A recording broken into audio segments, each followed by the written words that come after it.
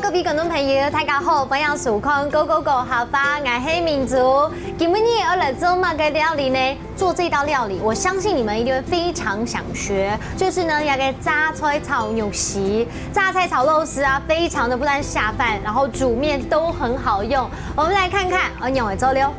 讲到这个榨菜炒肉丝，对吧？当然喽，两个灵魂角色就是榨菜跟猪肉丝喽。那刚好是学这两个词，榨菜的客家话就是叫做榨菜，榨菜；猪肉就是叫做猪肉，猪肉。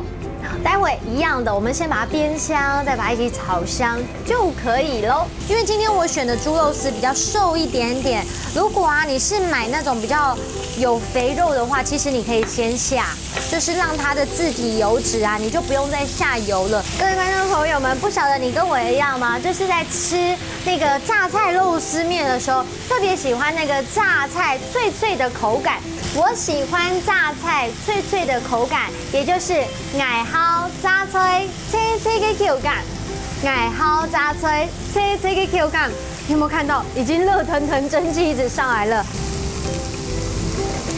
好，今天做这个榨菜肉丝呢，因为我们是做比较下饭的味道，所以呢可能比较稍微咸一点点哦，所以让你来品尝看看好不好？非常嫩，很嫩哈。那你是客家人吗？不是，太棒了！我们试吃员呢，如果不是客家人的时候，我们就可以来教他客家话了。那你知道这个榨菜的客家话你会讲吗？教你哦，这叫做榨菜。榨菜，讲得很好，榨菜。榨菜，没有错，谢谢你哦，谢谢。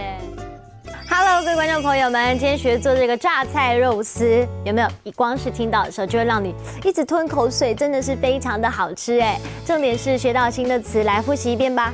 来看第一个词就是榨菜，榨菜，榨菜。第二个词呢，来看到的就是猪肉，猪肉，猪肉。